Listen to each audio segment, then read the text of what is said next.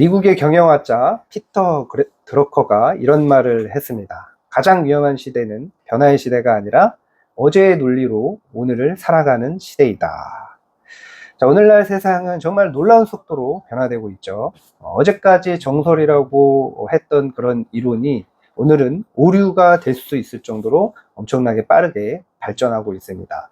그래서 이 피터 드러커가 말한 것처럼 가장 위험한 것은 변화하는 것이 아니라 어제의 논리로 오늘을 살아가는 것입니다. 그런데 시대가 아무리 발전해도 변하지 않는 것들이 있죠. 인간은 혼자서 살아갈 수 없는 관계의 동물이라는 것입니다. 과학이 아무리 발전을 해도 본질적으로 인간은 사회적 동물이기 때문에 타인과의 관계 속에서 정체성과 또 감정 그리고 삶의 의미를 형성하게 되어 있습니다. 그런데 여러분 한번 생각해 보세요. 오늘날 통신기술이 엄청나게 발전을 했죠.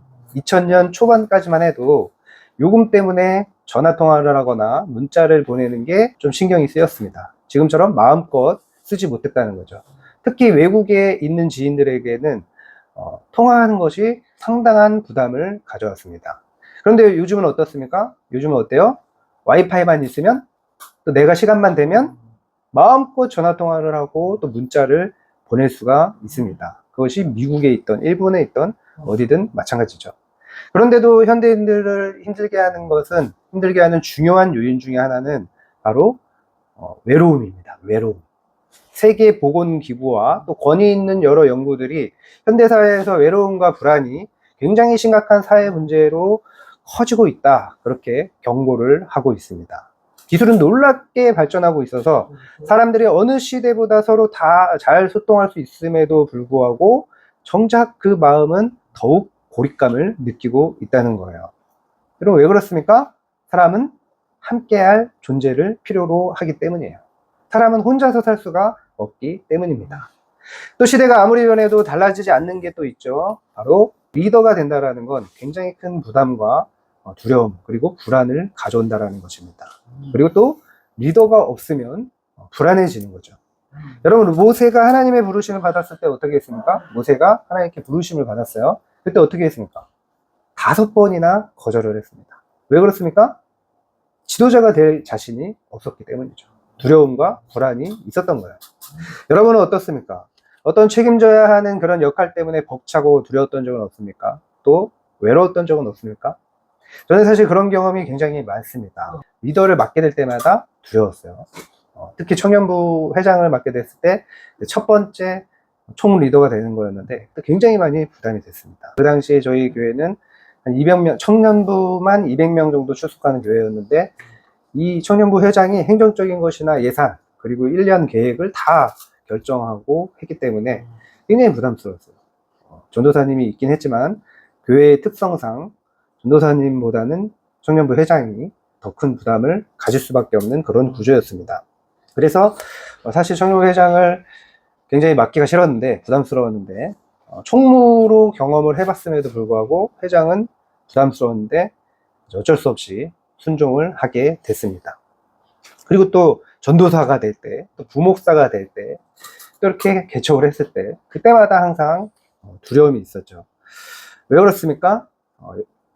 부담이 되는 거죠. 내가 할 수 있을까? 내가 과연 총책임자로서 잘못된 선택을 하지는 않을까?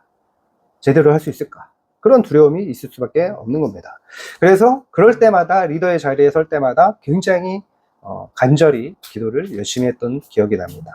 그런데 다른 사람들은 잘 모르죠. 왜냐하면 그런 티를 거의 낸 적이 없었기 때문에 다른 사람들은 잘 모릅니다. 저 혼자서, 그러니까 더 혼자라는 그런 마음이 커지니까 더 어려움이 있는 거죠. 오늘 본문의 제자들도 오늘의 우리와 동일합니다.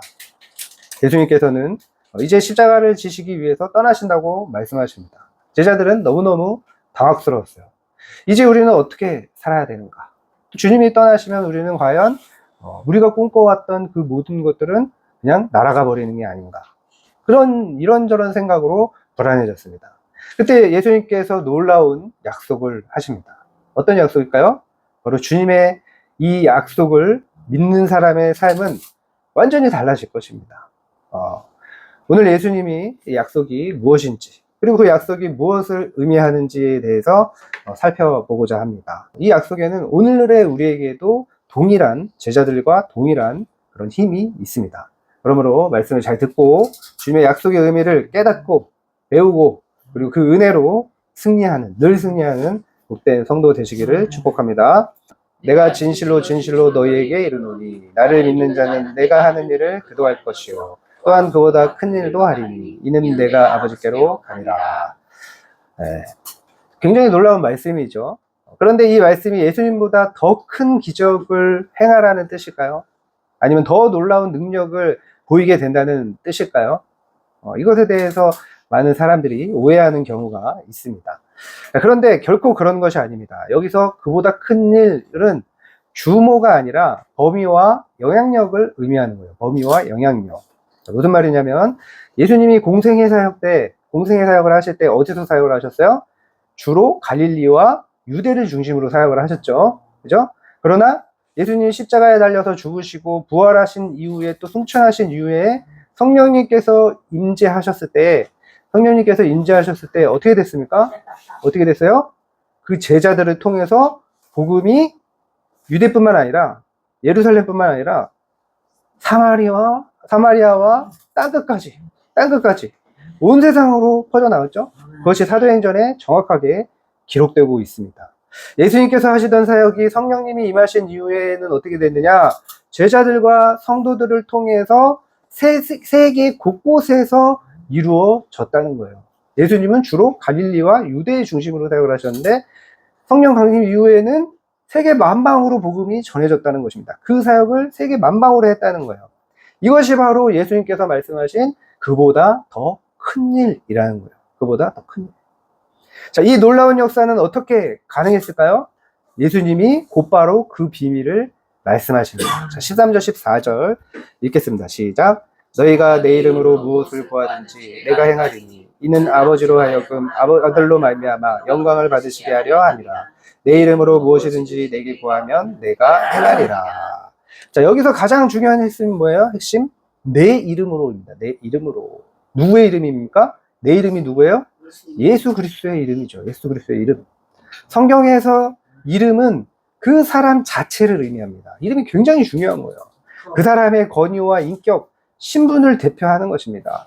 여러분, 오늘날 대사가 대통령의 이름으로 협상하면 어떻게 됩니까? 대통령의 이름으로 협상을 하죠. 그 협상을 하면 어떻게 돼요? 대통령의 권위가 인정되는 거예요. 마찬가지로 예수님의 이름으로 기도한다라는 것은 예수님의 권위 아래 예수님의 대표자로 기도한다라는 거예요. 그런 뜻인 거예요. 그 대표적인 예가 어디에 나옵니까? 사도행전 3장 6절에 나옵니다. 태어나면서부터 못 걷던 사람에게 베드로 사도가 선포합니다. 은과 금은 내게 없거니와 내게 있는 이것을 내게 주노니 나사렛 예수 그리스도의 이름으로 일어나 걸어라. 이렇게 했더니 어떻게 됐어요? 일어나 걸어라. 나사렛 예수 그리스도의 이름으로 명하노니 일어나 걸어라. 했을 때 어떻게 됐어요? 그죠? 일어나서 걸었어요. 그냥 걸은 정도가 아니에요. 뛰어서서 걸었다. 이렇게 사도행전은 분명하게 기록하고 있습니다. 여러분, 베드로에게 능력이 있었던 것입니까? 아니에요. 베드로에게 능력이 있었던 것이 아니라 예수 그리스도의 이름, 곧 그분의 권위와 살아계신 주님의 역사가 있었던 것이에요. 거기에 능력이 있었던 거예요. 주님의 이름에. 예수님의 이름으로 기도한다는 것은 예수님의 능력을 빌려 쓰는 게 아니에요. 예수님의 뜻과 권위 안에서 기도한다는 거예요. 예수님의 이름은 기도의 근거인 거예요. 근거. 예수님의 이름은 주문이 아니에요. 주문이 아니라 살아계신 예수 그리스도 그 주님의 권위인 거예요. 그래서 예수님의 이름으로 드려진 기도에는 하나님의 뜻에 따라 예수님의 능력이 나타나게 되는 것입니다. 그래서 예수님이 이렇게 말씀을 하시죠. 이는 아버지로 하여금 아들로 말미암아 영광을 받으시게 하려 함이라. 여러분, 여기에 또 기도의 최종 목적이 있는 거예요. 최종 목적. 뭐예요? 기도의 최종 목적? 하나님의 영광을 드러나게 된다는 거예요. 드러내게 된다는 거예요. 이게 기도의 가장 중요한 목적이에요. 그래서 우리가 기도를 하면, 예수 그리스도의 이름으로 기도하면 주님의 뜻을 알게 되고 또 주님이 하나님의 영광을 나타내기 위해서 했던 그런 마음들을 우리가 배우게 되는 거예요. 그래서 기도는 우리의 삶을 하나님의 뜻에 맞추어가는 영적 조율이 되는 거예요. 진정으로 기도하는 사람은 점점점 예수님과 닮아지고 그 예수님의 뜻을 알아가게 되고, 그래서 결국은 하나님께 영광을 돌리게 되는 그런 놀라운 일이 일어나게 되는 겁니다. 그래서 기도할수록 우리는 변화되는 거예요. 자, 또 한 가지 생각해야 될 것이 있습니다. 많은 사람들이 응답이 돼야 하나님이 일하셨다, 그렇게 생각을 하죠. 실제로 그렇게 생각을 합니다. 우리가 기도하면 하나님이 일하신다 라고 생각하는 경향이 있어요. 그러나 하나님은 어떤 분입니까? 이 말씀을 통해서 말씀하시는 건 뭐예요? 예수님이 말씀하신 건 뭐예요? 기도하는 순간부터 우리 안에서 일하시기 시작한다는 거예요. 기도하는 순간부터. 응답돼야 하나님이 역사하셨다, 일하셨다 하는 것이 아니라, 기도하는 순간부터 하나님이 이미 우리 안에서 일하고 계시기 시작한다는 거예요. 그래서 오스왈드 챔버스는 이렇게 말했습니다.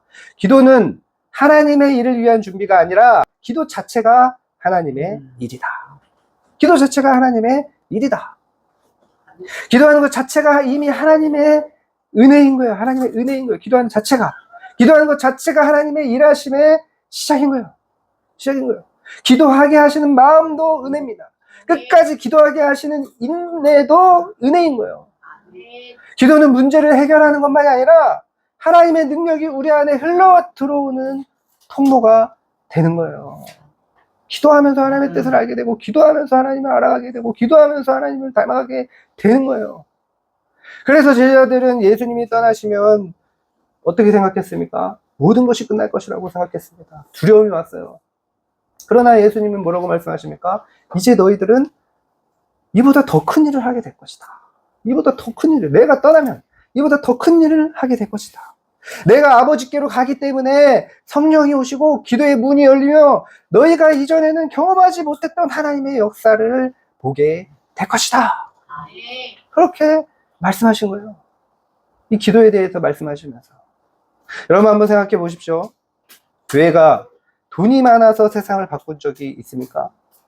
권력이 강해서 세상을 변화시킨 적이 있습니까? 아니요, 그런 적이 없어요. 타락을 했어요. 언제나 기도하는 그리스도인들이 역사를 바꿨습니다. 기도의 골막에서 흘린 눈물이 부흥의 강물이 됐어요. 이름 없이 드린 그 한 성도의 기도가 한 가정을 살리고, 한 교회를 살리고, 한 민족을 살렸습니다.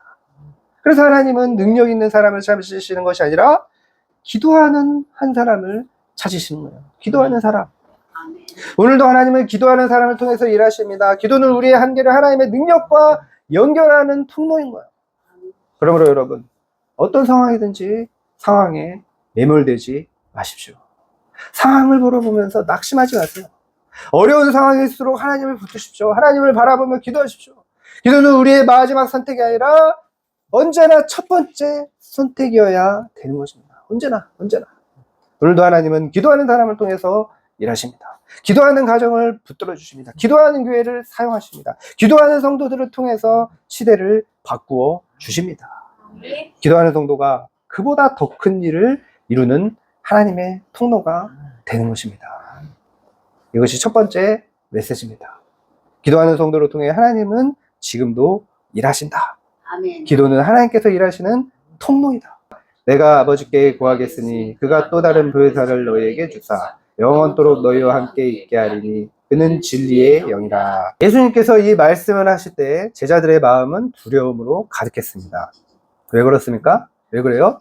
3년 동안 모든 것을 맡기고 따랐던 그 주님께서 떠나신다고 하셨기 때문이에요. 제자들은 이런 마음이었을 겁니다. 주님이 안 계시면 우리는 어떻게 살아갈까? 이제 우리는 어떻게 해야 될까? 이제 완전히 원래대로 돌아가는 거 아닌가? 그때 예수님은 놀라운 약속을 하십니다. 내가 아버지께 구해서 너희만 두지 않겠다. 바로 그런 기도인 거예요. 그리고 또 다른 보혜사를 보내시겠다고 말씀을 하셨습니다. 예수님의 말씀은 이런 뜻이에요. 내가 지금까지 너희 곁에서 했던 일을 이제 성령님께서 계속해 주실 것이다. 그러니까 예수님이 위로하시던 것처럼 성령님이 너희를 위로해 주실 것이다. 또 예수님이 가르쳐 주셨던 것처럼 성령님이 너희를 가르쳐 주시겠다. 그런 말씀인 거예요. 예수님이 성령을 뭐라고 불렀습니까? 보혜사라고 불렀습니다. 보혜사. 보혜사라는 말은 원래 법정에서 피고인 곁에 서서 끝까지 변호해주는 사람을 의미합니다. 변호해주는 사람. 그러나 성경에서 말씀하는 그 보혜사는 그보다 훨씬 더 큰 의미를 가지고 있습니다. 성령은 우리를 위로해 주십니다. 우리를 진리로 인도해 주십니다. 성령은 우리의 죄를 깨닫게 해주세요. 또 넘어질 때 일으켜 주십니다. 성령은 우리를 끝까지 붙들어 주시는 하나님이십니다. 그래서 예수님은 이어서 이렇게 말씀을 하십니다. 17절. 그는 너희와 함께 거하시며 또 너희 속에 계시겠습니다. 구약 시대에도 성령이 역사를 하셨습니다. 그죠? 성령이 역사를 하셨어요. 그러나 특별한 사람들에게 특별한 사명을 주셨을 때 임하셨습니다. 그렇죠? 그러나 예수님이 십자가에서 죽으시고 부활하신 이후에는 전혀 새로운 시대가 열렸습니다. 이제 성령은 모든 믿는 자 안에 영원히 거하십니다. 이것이 신약 시대의 가장 놀라운 축복인 것입니다. 이 진리를 가장 아름답게 설명하는 말씀이 있어요. 바로 고린도전서 3장 16절의 말씀입니다. 너희는 너희가 하나님의 성전인 것과 하나님의 성령이 너희 안에 계시는 것을 알지 못하느냐. 여러분, 구약에서 하나님의 임재는 어땠습니까? 성막에 있었어요. 또 성전의 지성소에 머물렀습니다. 누구나 아무나 들어갈 수가 없었어요. 그러나 예수님께서 십자가에서 다 이루셨다라고 외치신 순간 성전의 휘장이 위에서 아래로 찢어졌어요. 위에서 아래로 찢어졌습니다. 다 이루셨다 하는 순간 이제 성령 하나님은 성도 안에 거하십니다. 여러분, 이보다 더 큰 은혜가 어디 있겠습니까? 18절에 예수님은 다시 말씀하십니다. 다 같이 읽겠습니다. 시작. 내가 너희를 고아와 같이 버려두지 아니하고 너희에게로 오리라. 여러분, 고아의 가장 큰 아픔이 뭐예요? 부모가 없다는 거겠죠. 또 그것뿐만이 아니라 혼자라는 것입니다. 혼자. 그것이 고아의 가장 큰 아픔이에요. 그리고 오늘날 많은 사람들이 외로워합니다. 근데 핸드폰에 보면 수백 명의 연락처가 있어요. 그런데 정작 마음을 털어놓을 사람은 없는 거예요. SNS에는 수많은 친구가 있지만 솔직한 마음을 나눌 사람이 없습니다.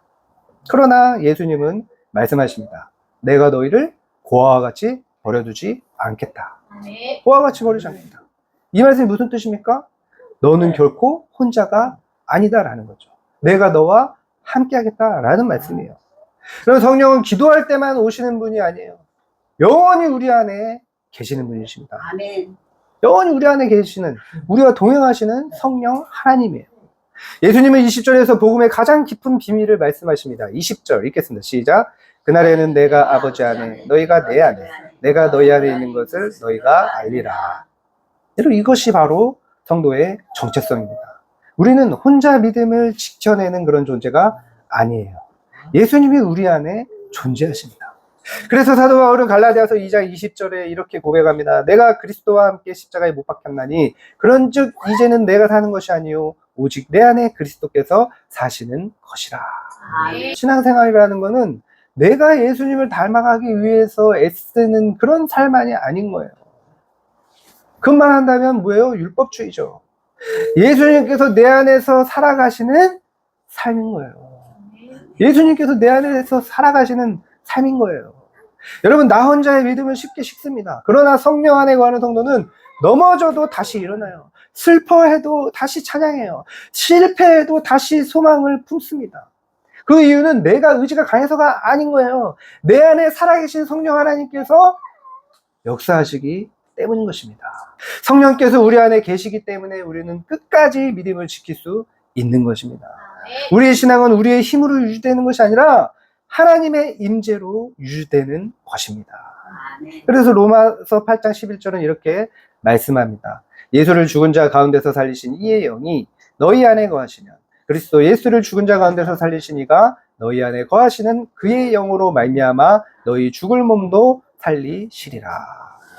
아멘. 예수님을 죽은 자 가운데서 살리신 그 능력이 오늘 우리 안에도 역사하고 있다라는 그런 말씀입니다.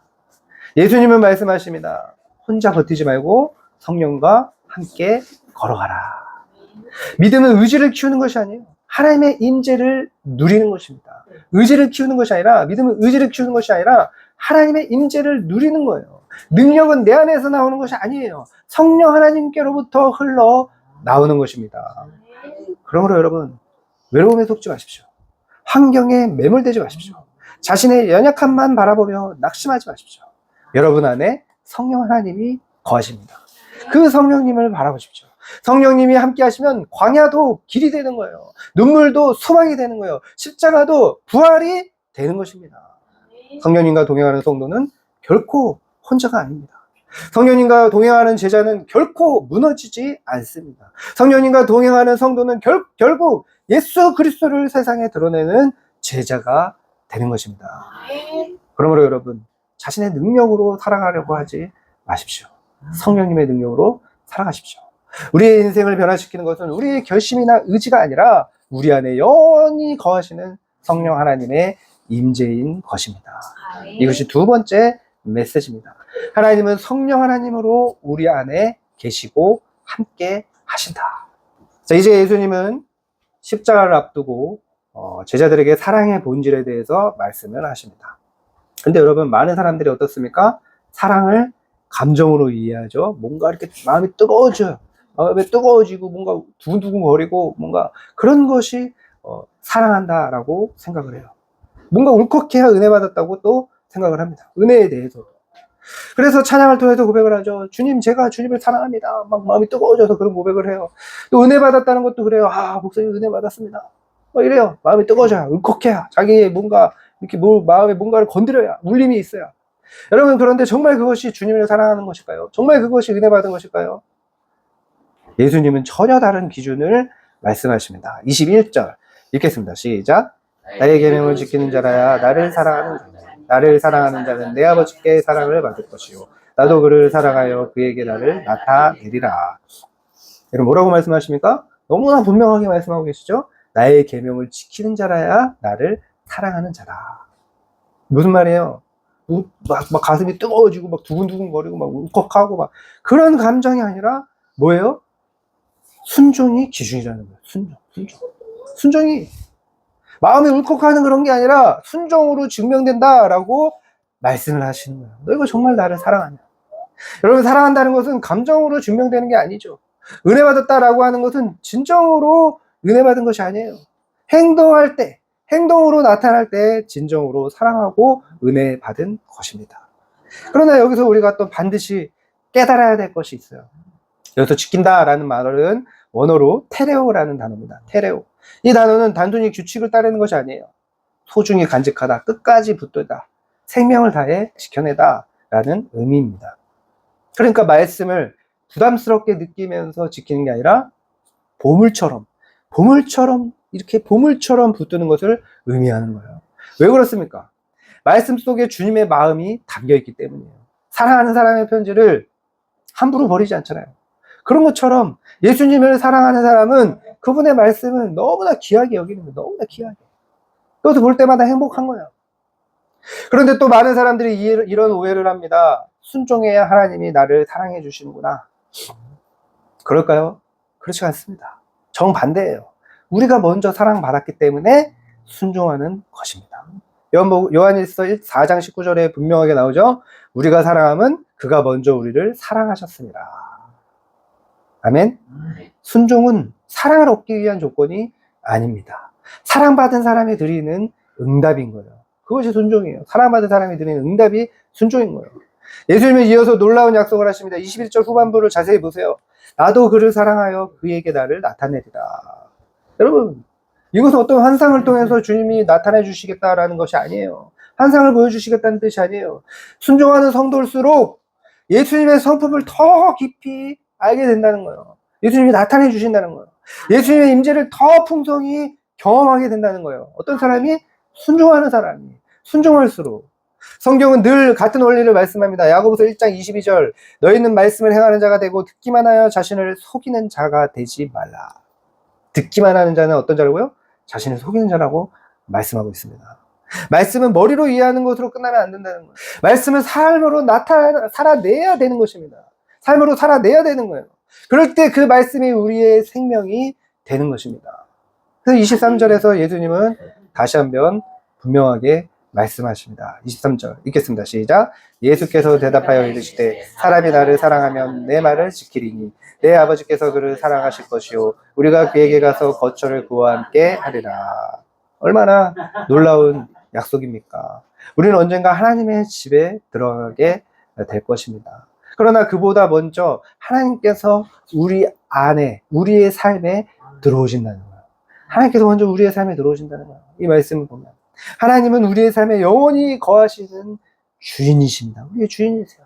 그러므로 신앙은 삶 자체가 하나님이 거하시는 성전이 되는 것입니다. 아멘. 아멘. 우리는 종종 이렇게 기도하죠. 주님, 제 삶을 변화시켜 주시옵소서. 그러나 예수님은 이렇게 말씀하시는 거예요. 내 말을 지켜라. 내 말을 지켜라. 순종하면 예수님께서 우리를 변화시켜 주신다고 약속하십니다. 순종은 변화의 결과가 아니라 변화의 원인인 거예요. 순종을 해야 변화가 된다는 거예요. 먼저 주님의 말씀을 지켜야 변화된다는 거예요. 제가 가장 감동받은 아름다운 순종이 있습니다. 예전에도 한번 나눴던 이야기죠. 1956년 젊은 설교사 짐 엘리엇의 4명의 동료와 함께 에콰도르의 아우카 부족에게 복음을 전하기 위해서 들어갔습니다. 주변 사람들은 모두 말렸어요. 왜냐하면 이 아우카 부족은 굉장히 외부인을 극도로 경계하는 그런 부족들이었어요. 심지어 외부인을 살해하는 것도 서슴지 않았습니다. 그러니 그런 위험한 선교는 하지 말고 좀 효율적으로 복음을 전할 수 있는 곳에 가서 그곳에서 사역을 해라. 이렇게 주변 지인들이 설득을 한 거예요. 그런 주변 사람들의 만류에도 엘리엇은 이렇게 말했습니다. 하나님의 뜻 안에서는 어떤 곳도 위험한 곳이 아니다. 결국 그는 와우카 부족을 만나서 복음을 전했습니다. 그러나 완강한 와우카 부족은 엘리엇을 창으로 찔러서 죽여버렸어요. 그때 엘리엇의 나이는 28살이었습니다. 28살. 너무너무 충격적이고 너무너무 안타까운 일이었죠. 젊은 선교사가 너무너무 젊은 나이에 순교하고 말았어요. 그런데 여러분, 가장 충격을 받은 사람이 누구겠습니까? 가장 충격을 받은 사람이 누구겠어요? 짐 엘리엇이 순교돼서 짐 엘리엇의 아내였겠죠. 그러나 놀랍게도 몇 년 뒤에 이 짐 엘리엇의 아내인 엘리자베스 엘리엇이 남편을 죽인 그 부족에게 가서 다시 찾아갔습니다. 찾아가서 복음을 전했습니다. 정말 대단하지 않습니까? 남편을 죽인 그 원수를 용서한 정도가 아니라 그들에게 다시 복음을 전하러 간 거예요. 또 여러분 얼마나 무서웠겠습니까? 남편도 창에 찔려 죽였는데 자기도 죽을 수 있는 거잖아요. 그죠? 얼마나 무서웠겠어요. 그러나 그 자신의 남편의 현실을 따라서 두려움을 극복하고 예수님의 사랑을 실천하러 간 것입니다. 그녀의 사랑 앞에 그 부족들은 마음을 열었어요. 그리고 예수 그리스도를 영접하게 됐습니다. 짐 엘리엇은 생전에 이런 유명한 말을 했다고 합니다. 영원한 것을 얻기 위해 영원하지 않은 것을 드리는 사람은 결코 어리석은 사람이 아니다. 그는 사랑을 말로 증명하지 않았습니다. 순종으로 증명했습니다. 그의 순종은 죽음으로 끝나지 않았어요. 한 부족을 살리고 오늘날까지 전 세계의 수많은 그리스도인들에게 믿음의 도전을, 교훈을 주고 있습니다. 여러분, 예수님은 오늘도 우리에게 동일한 질문을 하십니다. 내가 나를 사랑하느냐? 내가 나를 사랑하느냐? 그 질문의 가장 아름다운 반응은 눈물이 아니에요. 주님 저도 사랑합니다. 그래서 눈물 흘리는 그런 게 아니에요. 또 그럴듯한 말도 아니에요. 무엇입니까? 순종입니다. 순종이에요. 여러분, 하나의 순종은 작은 것처럼 보이지만 하나님은 그 하나를 통해서 우리의 인생을 바꾸십니다. 우리의 가정을 바꾸십니다. 우리의 교회를 세우십니다. 세상을 변화시키십니다. 순종은 손해가 아니라 하나님의 놀라운 기적이 시작되는 사랑인 것입니다. 말로 끝나면 사랑이 아니에요. 행동할 때 사랑은 증명됩니다. 그리고 순종하는 성도를 통해 예수님은 오늘도 세상 가운데 당신을 드러내십니다. 나타내십니다. 이것이 세 번째 메시지입니다. 예수님을 사랑하는 참성도는 말씀에 순종하고 삶 가운데 주님을 드러낸다. 예수님을 사랑하는 참성도는 말씀에 순종하고 삶 가운데 주님을 드러낸다.